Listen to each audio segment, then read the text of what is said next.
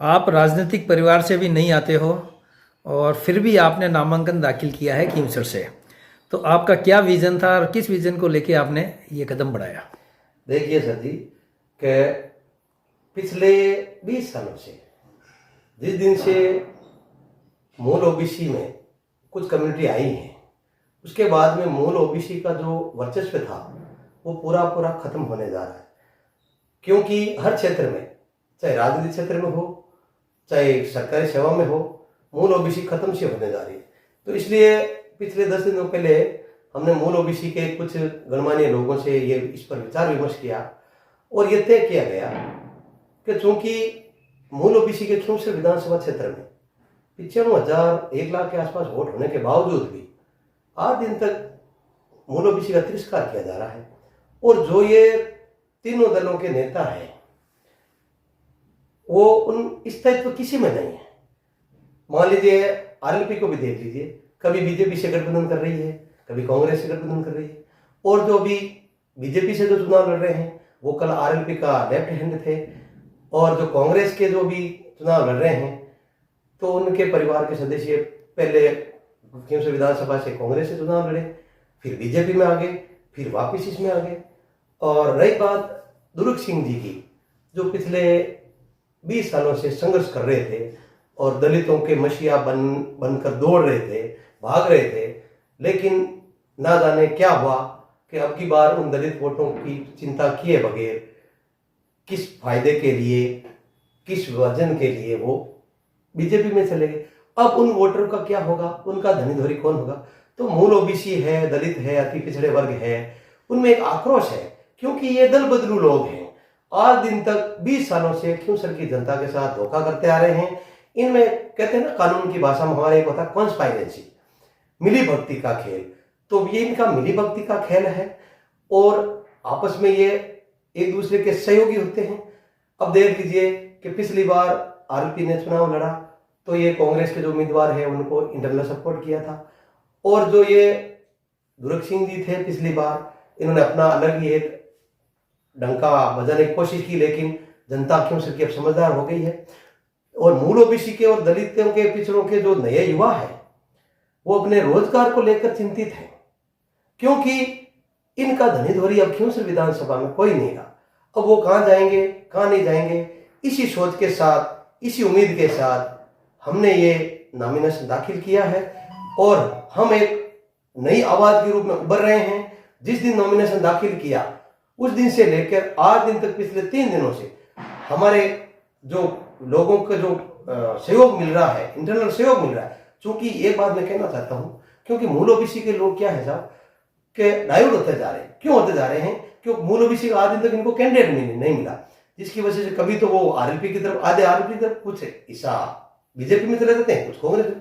लेकिन अगर ये एकजुट होकर एक डंके की चोट पर अगर अपने मूल ओबीसी के कैंडिडेट को, दलित के, पिछड़े वर्गों के जो सोचने वाले के प्रति अगर विश्वास जताकर वोट की चोट करेंगे तो हम ये चाहते हैं कि हम जीत का आंकड़ा के करीब पहुंच जाएंगे, क्योंकि अब इनका धनीधोरी कोई नहीं रहा है। और रही बात, तीनों ही कैंडिडेट जो है एक ही कम्युनिटी से बिलोंग करते हैं, तो ये भी आक्रोश है। अदर कास्ट जो है, जो जनरल कास्ट में भी लोग बैठे हैं, वोटर्स हैं, वो भी एक चिंता का विषय कर रहे हैं कि ये कितने दिनों तक इनका खेल चलता रहेगा। इसलिए हमने अब की बार मूल ओबीसी के बैनर तले, बैनर तो नहीं कह सकते, लेकिन मूल ओबीसी के लोगों के विचारों को ध्यान में रखते हुए और हमने ये नॉमिनेशन दाखिल किया है। और हम चाहते हैं कि हमारा क्योंकि ज्यों ज्यों दिन नजदीक आ रहे हैं और उस नजदीकी के हिसाब से हमारा ग्रोथ आंकड़ा बढ़ रहा है। हाँ, एक बात और कहना चाहते हैं, कुछ बीजेपी के लोग या कुछ अदर पार्टी के लोग ये भ्रांति फैला रहे हैं मूल ओबीसी में कि ये जो निर्दलीय का उम्मीदवार खड़ा हुआ है ये बीजेपी के वोट काट रहा है। हाँ, गलत बात। हमने किसी पार्टी को वोट काटने के लिए नहीं, हमने मूल ओबीसी, अति पिछड़ों, दलितों, उनकी आवाज उठाने के लिए हमने ये बीड़ा उठाया है और इनका सहयोग रहा, अदर कास्ट का सहयोग रहा। हाँ, और मूल कम्युनिटी जो है ना, जैसे मार्शल कौम है, उनमें भी तो क्रिमिनल है, नॉन क्रिमिनल है। उनका भी ऐसा नहीं है कि सभी इसमें वो जो है अर्थ में बड़े बने हुए हैं, ऐसा कुछ नहीं। उनका भी हमें सहयोग मिल रहा है। इसलिए हमें ये लगता है कि अब की बार क्योंसर की जनता है अपना निर्णय बदल देगी और क्योंसर की जनता जागरूक हो गई है, अब इनके तीनों दिनों के बहकाव में नहीं आएगी। इसीलिए हमने ये पर्चा दाखिल किया। खींवसर के विकास के लेकर क्या कहोगे आप? खींवसर के विकास की बात है तो साहब भावंडा, बेरावास, ताडावास, खोड़वा, लाला, डेहरू जो माइंस एरिया हैं, जो इंडस्ट्रियल एरिया हैं, आप जाके वहां पता करो कि वहां की घुटने घुटने तक सड़कें टूटी हुई हैं, इतना डस्ट फैल रहा है, ना हॉस्पिटल की सुविधा है, ना विद्यालयों की कोई व्यवस्था है। रही बात पानी की, मैं भावंडा गांव से बिलोंग करता हूं। हमारे भावंडा गांव में आज से 10 साल पहले ओवरहेड टैंक बना था, वो टैंक सूखा पड़ा है। भावंडा ग्रामीण वासी पानी के लिए तरस रहे हैं, बार बार ज्ञापन दे रहे हैं, लेकिन आज दिन तक उस पर कोई जून तक नहीं रहेंगी। रही बात अस्पतालों की, तो इंडस्ट्रियल एरिया इतनी लेबर क्लास है, कुछ भी नहीं सुविधा है, कुछ भी थोड़ा बहुत एक्सीडेंट हो जाए भागकर जोधपुर जाना पड़ता है या फिर जयपुर जाना पड़ता है, और गरीबों के पास इतना पैसा नहीं है कि वो उस जगह तक जा पाए, उतने में कईयों के प्रॉब्लम होती है। और पानी की समस्या इतनी भयंकर है, नाली तालाबों की कोई रखरखाव नहीं है, और ना इनका कोई गवर्नमेंट का कोई सुपरविजन है, ना इनका कोई मॉनिटरिंग है, और जो प्रशासनिक है उसमें अन्य पिछड़ों की, दलितों की और मूल ओबीसी के लोगों की कहीं सुनवाई नहीं हो रही है। ऐसी स्थिति में विकास की बात तो ना करें तो ये अच्छा है, बस चलते रहते हैं और उस हिसाब से ये अपना उल्लू सीधा करते आ रहे हैं। पिछले 20 सालों से हम खींवसर की जनता बहुत त्रस्त है।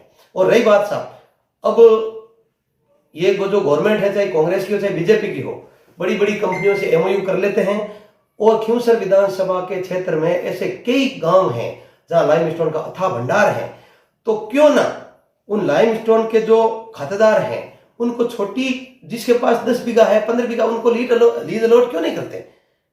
लेकिन नहीं, उनको पता है कि अगर यहाँ के लोग सक्षम हो गए, इकोनॉमिक रूप से सक्षम हो गए, आर्थिक रूप से सक्षम हो गए, तो फिर हमारी कौन सुनेगा। इसलिए ये कंपनियों से करते हैं सेटिंगें और बड़ा मुनाफा वसूल करते हैं, और लोगों की बेशकीमती जमीनें हैं जो कोड़ियों के भाव दे रहे। हाँ, एक बात मैं और कहना चाहता हूं, ताडावास, बेरावास, खोड़वा के बीच में जो गौचर की जमीन थी, पिछले 2 सालों से संघर्ष कर रहे हैं ग्रामीण लोग आसपास के, लेकिन इन्होंने क्या किया, गौचर की जमीन इन कंपनियों को अलॉट कर दी। और किस आधार पर? क्योंकि सेक्शन 16 टेनेंसी एक्ट की धारा 16 में यह प्रतिबंधित क्षेत्र है कि इनका कोई ट्रांसफर नहीं होगा। लेकिन इन्होंने गजट नोटिफिकेशन जारी करवाया 2021 में कि अगर कोई गौचर की जमीन है तो उसके बदले आप किसी अन्य तरह जमीन की अलॉट करवा दो या खरीद के दे दो, तो हम ये आपकी गौचर जमीन आपको कम नहीं।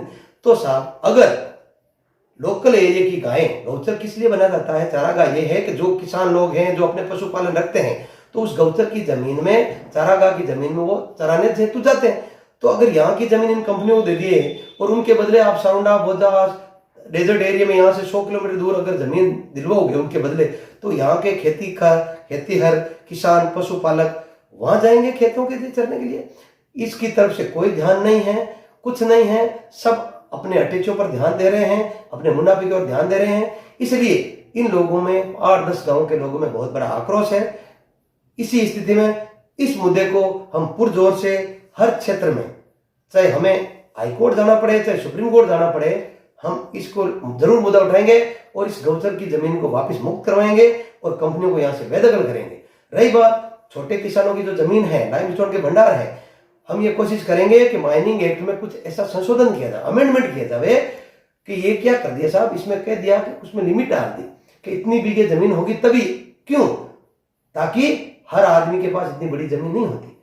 इसलिए हम ये संशोधन करवाएंगे, चाहे 10 बीघा जमीन है, चाहे 8 बीघा है, चाहे 12 बीघा है, सब के सब लोगों को लीज अलॉट की जाए। गवर्नमेंट से डिमांड की जाएगी, अगर यहाँ की जनता जागरूक है और अगर जातिवाद के बहकावे में नहीं आएगी और अगर हमारे मुद्दों को ध्यान में रखते हुए अगर हमें वोट करेगी और हमें विधानसभा तक पहुंचाएगी, तो सबसे पहले हमारा मुद्दा यही रहेगा, ओबीसी का वर्गीकरण हो, और जो ये क्षेत्र है खींवसर विधानसभा क्षेत्र में जो माइंस का भंडार है, इनको बड़ी बड़ी कंपनियों को ना दिया जाए और जो खातेदार है उनको दिया जाए, और चारागाह की जमीन है उनको मुक्त किया जाए। ऐसी स्थिति में हमने ये अपना विजन तैयार किया है और आगे की रणनीति बनाते रहेंगे। लोगों का सहयोग मिलता रहेगा और मिलता आ रहा है और हम तत्पर हैं।